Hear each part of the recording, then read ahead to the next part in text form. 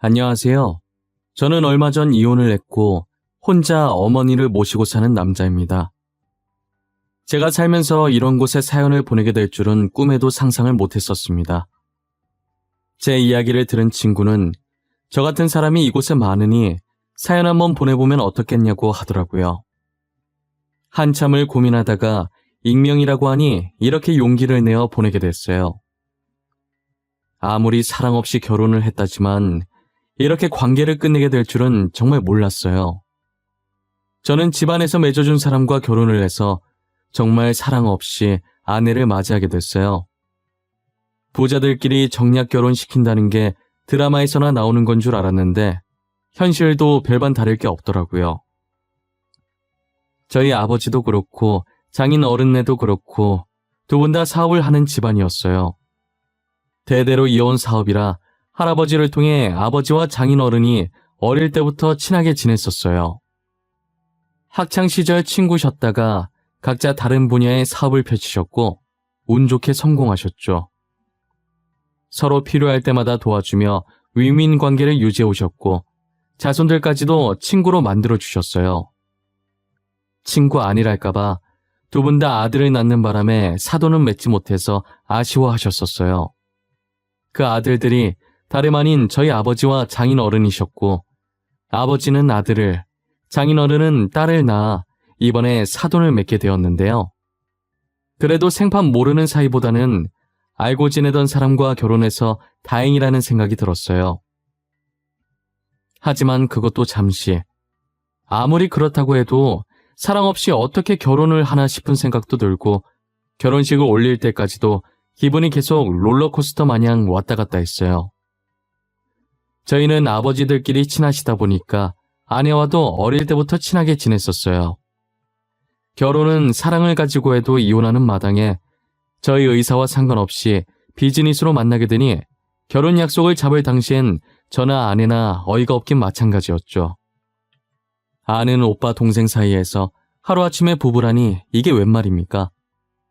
하지만 저희는 힘이 없었고 아버지들이 하라는 대로 할 수밖에 없었어요. 살다 보면 감정이 생기겠지 하는 무념무상인 마음으로 아내와의 결혼 생활을 시작했습니다. 사랑도 없이 한 결혼이 얼마나 갈까 싶었는데 생각보다 무탈하게 잘 지냈습니다. 아마 사랑이 없으니 서로에게 기대하는 것도 없고 그로 인해 실망할 일이 없으니 그런 것 같아요.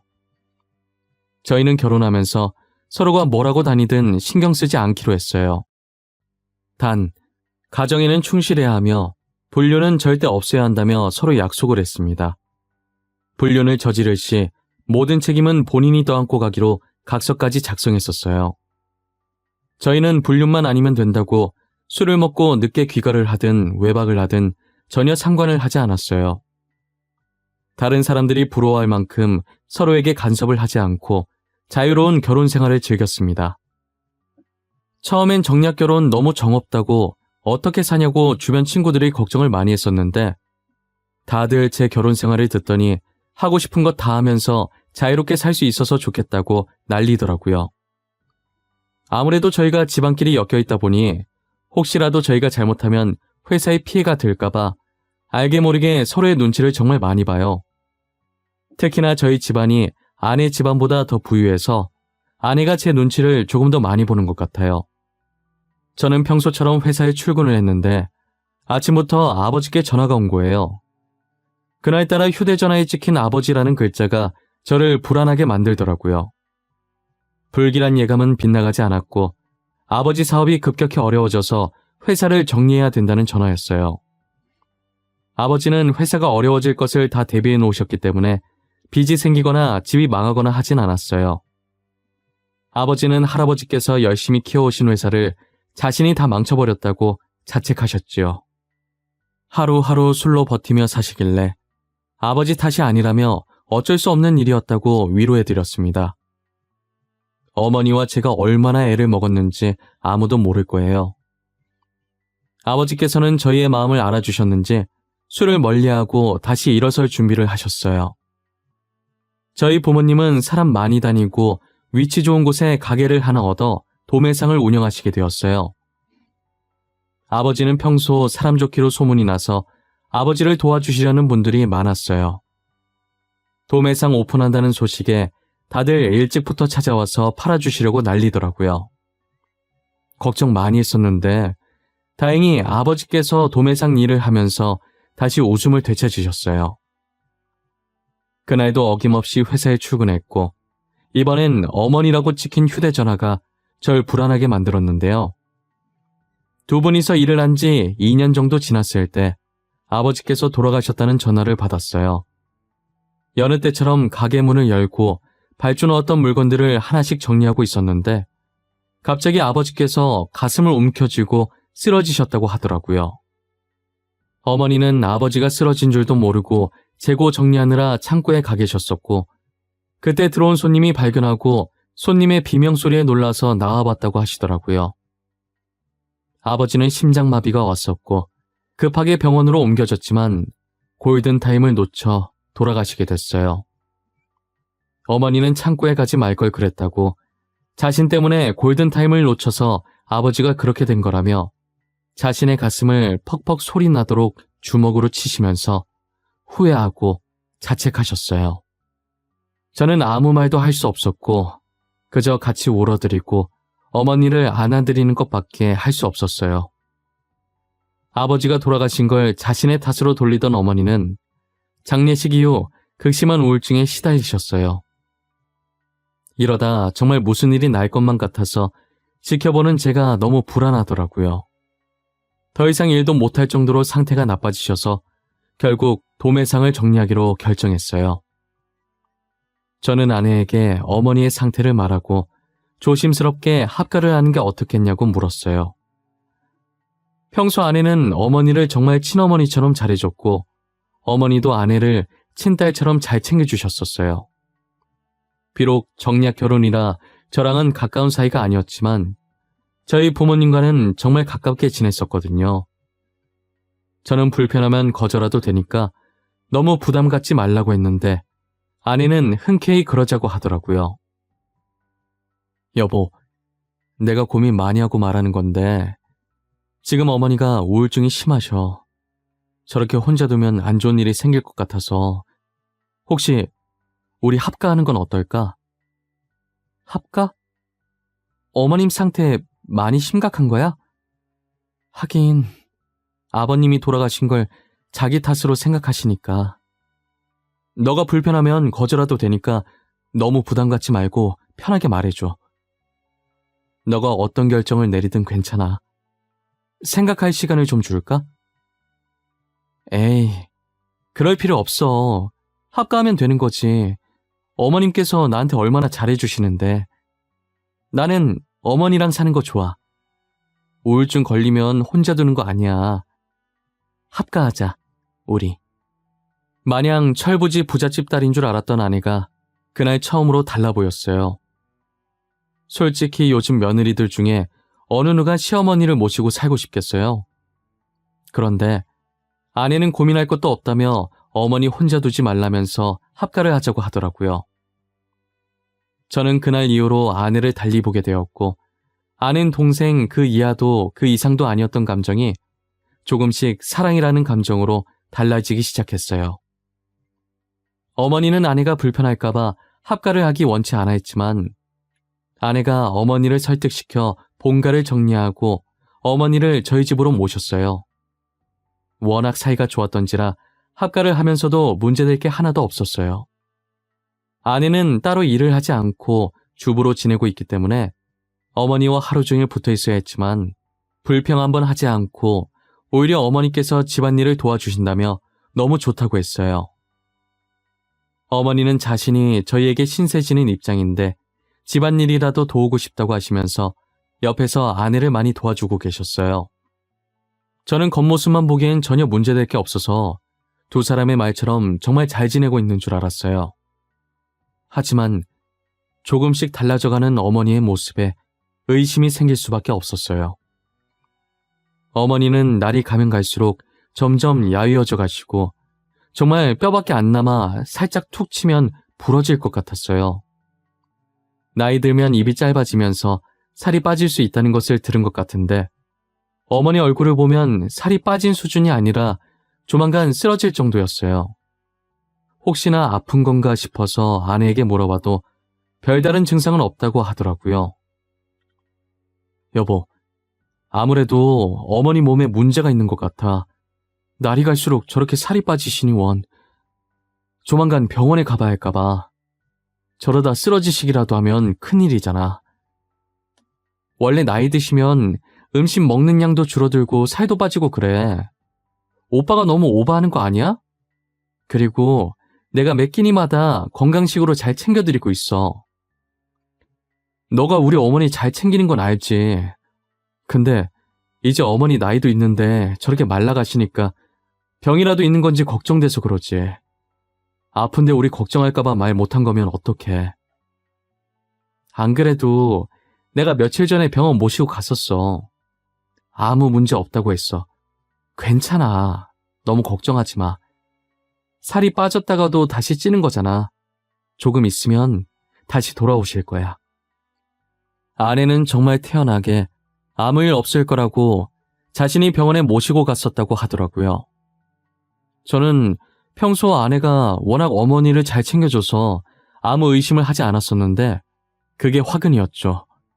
결국 어머니는 다시 살이 찔 기미가 보이지 않았고 저는 아내 몰래 어머니를 모시고 병원에 갔어요. 몸 구석구석 전부 검사를 마쳤고 얼마 지나지 않아 검사 결과가 나왔는데 딱히 병 같은 게 발견되진 않았고 다만 단순 영양실조가 의심이 된다고 하더라고요. 의사가 평소에 어머니께서 음식을 잘 못 드시냐고 물어보셔서 잘 드신다고 했거든요. 양을 적게 먹을 뿐이지 고루고루 잘 드신다고 아내한테 들었단 말이에요.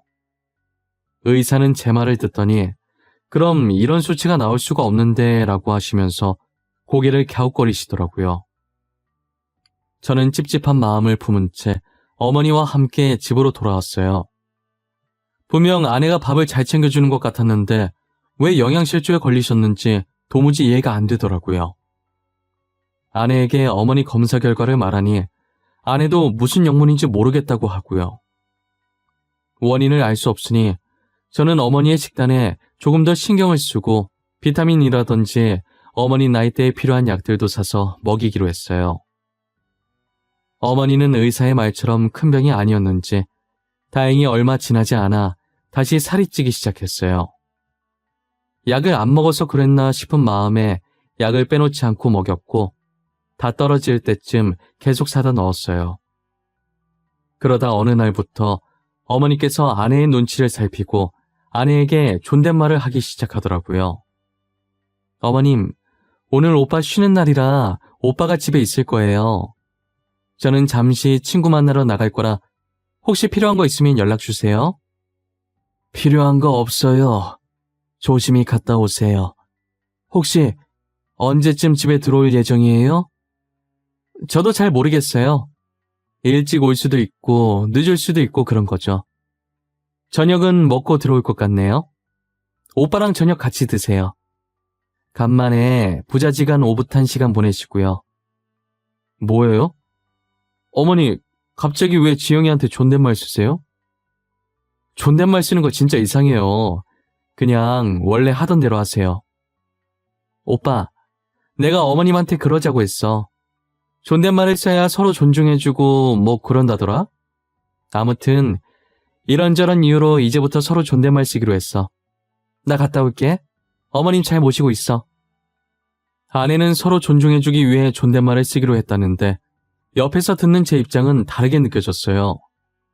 게다가 아내의 장단을 맞춰주겠다고 같이 존댓말을 해주는 어머니가 이상하게 느껴지더라고요. 그렇게 아내는 친구를 만나러 떠났고 저는 어머니가 저러다 말겠지 하고 고개를 좌우로 저었어요. 당시에 저는 아무것도 몰랐고 정말 어리석게 아내의 말이 다 맞는 줄 알았어요. 어머니는 아내가 나간 것을 확인하고 주방으로 가서 냉장고를 열더니 음식을 미친 듯이 먹더라고요. 못 먹고 죽은 귀신이라도 붙은 사람처럼 손으로 반찬을 마구 집어먹는데 너무 당황스러웠어요. 어머니, 왜 그러세요? 아휴, 어머니 조금만 비켜보세요. 음식을 그렇게 손으로 드시면 어떡해요? 배고프신 거예요? 조금만 비켜주시면 제가 밥 차려드릴게요. 어머니! 어머니! 빨리 먹어야 돼. 오기 전에 먹어야 돼. 먹을 수 있을 때 먹어놔야 돼. 나 살고 싶어. 아직은 죽고 싶지 않아. 이렇게라도 살아야 돼. 어머니, 지금 뭐라고 중얼거리시는 거예요? 잠시만요, 어머니, 제발. 힘이 왜 이렇게 센 거야? 어머니, 제가 밥 차려준다니까요? 조금만 나와봐요, 네? 저는 냉장고 안으로 들어갈 기세인 어머니를 떼어놓느라 힘들었어요. 어머니는 냉장고에서 떨어지고 잠시 정신이 나갔다가 돌아온 사람 마냥 흔들리는 눈으로 음식이 묻어있는 자신의 손과 저를 번갈아 보시는 거예요. 그러더니 우왕좌왕하면서 본인 방으로 들어가 버리시더라고요. 저는 어머니 손에 묻은 음식을 닦아주려고 물티슈를 들고 어머니 방으로 들어갔어요. 어머니는 여전히 불안한 눈으로 저를 보고 계셨고 저는 말없이 어머니 손을 닦아드렸어요. 혹시 배고프셨냐고 제가 밥 차려 드릴까요? 하고 물었더니 고개를 가로저으시더라고요. 어머니는 미안하다는 한마디만 남긴 채 떨리는 손으로 이불을 덮으시더니 벽 쪽으로 돌아 누우셨어요. 어머니가 아내의 눈치를 보는 것도 그렇고 갑자기 존댓말 쓰기로 한 것도 이상하고 그리고 냉장고에 있는 음식을 손으로 집어먹는 것까지 모든 행동들이 다 이상해 보이기 시작했어요. 저는 분명 제가 모르는 사이에 두 사람에게 무슨 일이 있었을 거라는 걸 직감했어요. 점점 이상해지는 어머니의 행동에 저는 몰래 방 안 곳곳에 조그만 홈캠을 달아놨습니다. 일주일을 보내고 주말에 아내가 잘 때 몰래 메모리칩과 노트북을 챙겨서 차 안에서 영상을 확인했어요. 무슨 영상이 담겨 있을지 모른다는 생각에 손이 떨리고 재생 버튼을 누르기가 쉽지 않더라고요. 심호흡을 몇 번이나 하고 어느 정도 마음이 진정되었을 때 재생 버튼을 눌러봤어요. 저는 영상을 보는 순간 어머니와 아내의 모습에 너무 놀라서 소리도 안 나오고 입을 손으로 틀어막았어요. 영상 속 아내는 제가 한 번도 보지 못했던 모습을 하고 있었어요. 다른 사람이라고 해도 믿을 정도로 평소 모습과는 정반대의 모습이었어요. 아내는 제가 출근하는 것을 배웅해준 후 문이 닫히는 걸 확인하고 곧장 거실 소파에 드러누웠어요. 그러더니 발가락으로 대충 빨래나 청소기를 가리키면서 어머니를 부려먹고 있더라고요. 저기 아줌마, 몸이 왜 이렇게 굼떠요? 빨리빨리 못해요? 저기 빨래도 그대로고 청소는 제대로 하는 거 맞아? 여기에 먼지가 왜 있어? 죄송합니다. 제가 빨리 청소하고 빨래도 해놓을게요. 원래 어제 다 해놓으려고 했었는데 나도 몸이 좀 안 좋아서. 나도는 반말이죠. 저도라고 해야지. 아직도 존댓말이 입에 안 붙어서 어떡하나? 제가 존댓말 안 쓰면 어떻게 한다고 했죠? 빨리 방에서 들고 나오세요. 아내가 거실에 앉아 있었고 어머니는 옷방으로 들어가더니 효자손을 들고 오더라고요. 효자손을 건네받은 아내는 왜 이렇게 청소가 안 되어 있냐며 크게 소리를 지르더니 먼지가 조금이라도 쌓인 부분을 가리키며 치우라고 지적질하고 있었어요. 그렇게 1시간 동안 어머니를 마치 가정부처럼 명령을 하고 있더군요. 아내가 효자손을 들고 휘두를 때마다 어머니가 움찔움찔 거리시는 게 보였습니다. 너무나도 충격적인 모습에 할 말을 잃어가던 차에 더 충격적인 것을 알게 되었습니다.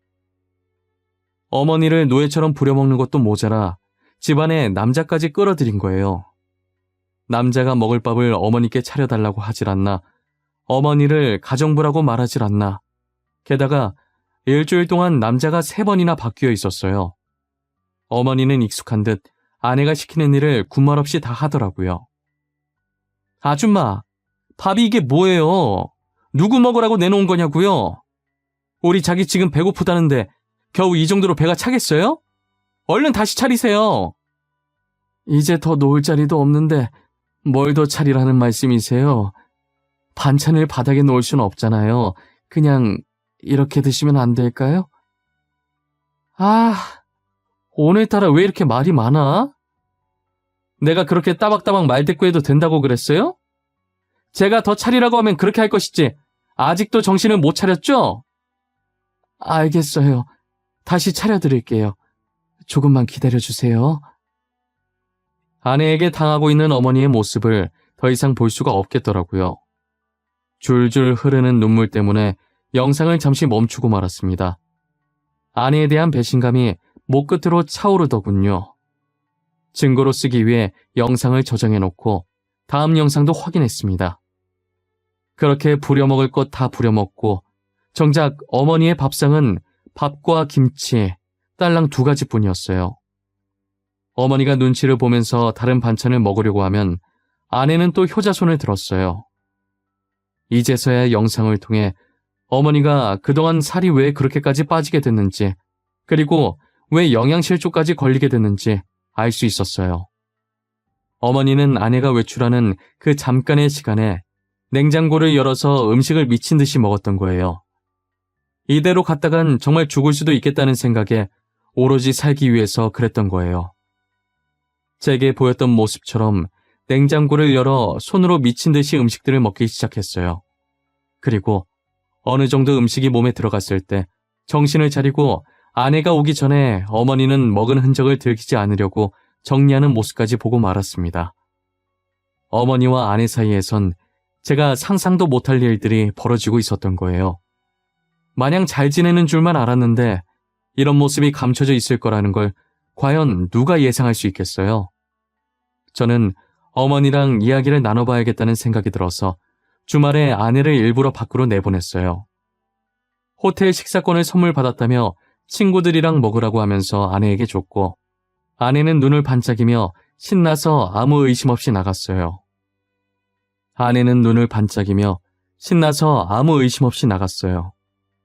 어머니는 아내가 나가자 자동으로 냉장고로 향하려고 하길래 어머니의 어깨를 양손으로 잡았어요. 저는 어머니의 눈을 똑바로 쳐다보고 말했어요. 어머니, 도대체 지영이랑 무슨 일이 있었던 거예요? 왜 혼자 당하고만 있으셨어요? 저한테 말을 하셨어야죠. 왜 그러고 있었어요? 왜? 너 다 알고 있는 거야?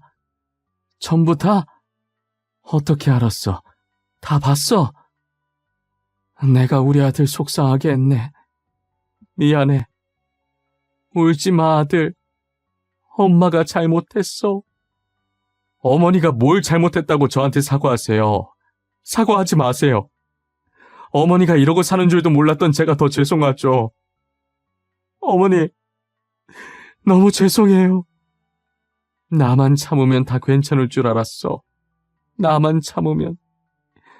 너가 아무것도 모르면 속상해하지도 않을 거고 이혼도 안 할 거니까. 어머니는 아내에게 협박 아닌 협박을 당하고 계셨습니다. 아내는 저희 아버지 회사가 망하면서 자기 집안이 더 우세라고 생각하며 그동안 자신이 눈치 봤던 걸 돌려주겠다라는 식으로 어머니께 말했다고 하더라고요. 어머니가 자신에게 하는 행동에 따라 제가 이혼을 당할 수도 있다고 하면서 아들 이혼하는 꼴 보고 싶지 않으면 잘 하라고 했다고 합니다. 제가 아버지 사업하실 때 아내 보고 눈치 보라고 한 적도 없고 눈치 보게끔 행동한 적도 없는데 혼자서 눈치 봐놓고 괜히 어머니한테 화풀이하는 게 너무 화가 났어요. 아내를 어떻게 해야 할까 고민하고 있던 와중에 장인어른 얼굴이 머릿속에 지나가더라고요. 장인어른은 가족보다 자신의 명예와 기업 이미지를 더 중요시 여기는 분이시기 때문에 아내가 허튼 짓을 하는 걸 엄청 싫어했어요. 조금이라도 자신의 명예에 그리고 기업에 해가 되는 짓을 한다면 누구든 바로 내치실 분이셨죠. 저는 아내의 만행이 담겨있는 이 영상을 장인어른에게 보여드려야겠다는 생각이 들었고 곧바로 노트북에 있던 영상을 휴대폰으로 옮겼어요. 그리고 정말 오랜만에 장인어른과의 식사 자리를 마련했어요. 아내는 곧 자신에게 무슨 일이 벌어질지도 모른 채 제 옆에서 마냥 좋아했어요. 콧소리를 내며 제 팔짱을 끼는데 역겨워서 당장이라도 아내 얼굴에 침을 뱉고 싶은 심정이었어요. 복수를 제대로 하기 위해 꾹꾹 참으며 장인어른 앞에서 표정 관리를 했습니다. 미리 시켜놨던 음식이 시간 맞춰 나왔고 아내와 장인어른은 맛있게 먹기 시작했어요. 저는 속으로 이것이 이들의 최후의 만찬이니 많이 먹어두라는 생각을 했어요. 다 먹었는지 두 사람이 입을 닫길래 저는 휴대폰을 들어 영상을 장인어른에게 보냈어요. 장인어른은 휴대폰 알림 소리에 화면을 보는데 제 이름이 떠있자 뭐냐고 하시는 거예요. 그래서 깜짝 선물이라고 한번 확인해 보라고 하니 활짝 웃으면서 영상을 확인해 보시더라고요. 조용한 룸에 영상 속 아내의 목소리가 흘러나왔고 장인어른과 아내는 동시에 표정이 굳어졌어요. 장인어른의 얼굴은 시뻘개졌고 아내의 얼굴은 새하얗게 질려 있었어요. 영상이 끝났을 때 장인어른은 분노로 몸을 떨었고 아내는 두려움에 몸을 떨었어요. 이내 장인어른은 매서운 눈을 하고 아내를 째려보더라고요. 강지영, 너 이 영상이 도대체 뭐냐? 영상 속에 있는 거 너 맞지? 설마 옆에 있는 이분 안사돈 맞는 거야? 맞냐고! 지금 내가 묻잖아! 아버지, 그게요. 아니, 그게 제가 다 설명해 드릴게요. 오해예요. 그거 저 아니에요. 조작된 거예요. 일부러 조작한 거라고요. 김서방이 할 짓이 없어서 이런 조작이나 하고 있겠어? 시어머니한테 이러는 것도 모자라서 집안에 외간 남자를 들여? 너가 지금 제정신이야? 아버지, 제가 잘못했어요. 한 번만 봐주세요, 네? 다시는 안 그럴게요. 다시는 어머님 안 괴롭히고 다른 남자 안 만날게요. 제발 한 번만 봐주세요. 너 같은 딸 둔 적도 없고 필요도 없어. 오늘부터 우린 남남이다. 내가 살아있는 동안엔 마주칠 일 없었으면 좋겠다. 나중에 장례식장에서 보던가. 장인어른은 제가 예상했던 그대로 영상을 통해 확인한 아내의 행동에 펄쩍 뛰셨어요. 아버지 얼굴에 먹칠을 해도 유분수지 어떻게 이런 짓을 하고 다닐 수 있냐며 호통치셨죠. 장인어른은 제게 얼굴을 볼 면목이 없다고 연신 미안하다고 하셨어요. 저는 장인어른께 사과해야 할 사람은 따로 있는데 왜 장인어른이 사과하시냐며 사과하지 마시라고 하고 아내만 내버려 둔 채 같이 식당을 빠져나왔어요. 아내는 친정에서도 쫓겨나고 저희 집에서도 쫓겨났어요. 몇 번이나 저희 집에 찾아와서 잘못했다고 한 번만 봐달라고 했는데 계속 무시하니 한동안은 저희 앞에 나타나지 않더라고요. 장인어른께 카드도 뺏겨서 할 수 있는 게 없으니 아마 상간남들 중 한 명한테 가지 않았을까 싶네요. 장인어른은 제게 잘해주셨기 때문에 장인어른한테까지 피해를 주고 싶지 않아서 조용히 아내와 이혼하고 어머니를 모시고 이사를 갔어요. 아내 때문에 정신적으로 충격을 많이 받으셔서 계속 두려움에 떠시길래 병원에서 치료를 하기 시작했어요. 장인어른은 어머니 앞에 나타나 다시 한번 죄송하다고 대신 사과드리겠다고 하면서 고개를 숙였어요. 안사돈, 무슨 말을 해도 위로가 안 될 것이고 저희를 용서 못 하시겠지만 정말 죄송합니다. 진심으로 사과드리겠습니다. 제가 자식을 잘못 키운 탓입니다. 아니에요. 사돈어른 이러지 마세요. 사돈어른께서 이러시니 괜히 제가 더 불편하네요. 저는 괜찮습니다. 참으면 병된다고 했는데 자식 걱정하느라 미련하게 참은 제 잘못이죠. 제가 자식을 잘 키웠다면 안사돈께서 이런 수모를 겪을 일도 없었을 거예요. 정말 죄송합니다. 모든 것이 다 제 잘못입니다. 장인어른은 몇 번이나 고개를 숙이셨고 어머니의 모든 치료 비용은 장인어른께서 부담하셨어요. 틈틈이 어머니를 찾아와서 안부를 묻고 상태를 확인하곤 했어요. 이런 장인어른을 볼 때면 도대체 누구를 닮아서 아내가 저 모양인지 의문이더라고요. 장인어른께서는 저를 많이 아끼셔서 아직도 저와 연락을 하고 지내세요. 가끔 저희 아버지 얘기도 하고 같이 납골당에 가곤 했어요. 장인어른도 이제 나이가 있는지라 회사를 다른 사람에게 맡겨야겠다고 하시더라고요. 그러면서 제 손을 잡으시더니 아들이 없어서 믿고 맡길 수 있는 사람이 저밖에 없다고 저한테 자신의 회사를 맡아달라고 하시는 거예요. 제가 계속 못하겠다고 했지만 장인어른이 너무 간곡히 부탁하시는 바람에 그렇게 하겠다고 했어요. 그래서 원래 다니던 회사를 그만두고 장인어른 회사로 들어가 밑에서부터 차근차근 배우고 있어요. 직원들도 다 착하고 일도 잘하고 놀 땐 또 잘 놀고 제가 직원들한테 보고 배운 것이 많았어요. 제가 다녔던 회사랑은 조금 다른 일이라 힘들 줄 알았는데 옆에서 도와주는 저희 직원들 덕분에 힘냈어요. 앞으로도 직원들과 함께 즐거운 회사 생활을 해보려고요. 그리고 저희 어머니도 현재 상태가 많이 좋아져서 병원에 치료받으러 가는 횟수가 줄어들었어요.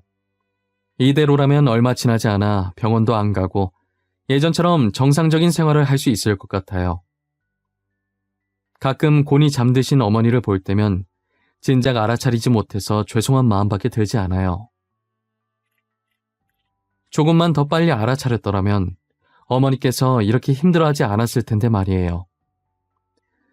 저는 앞으로 이런 일이 2번 다시는 일어나지 않도록 어머니를 잘 모시며 살려고 합니다. 여러분들도 아픔 없이 행복한 하루하루를 살아갔으면 좋겠네요.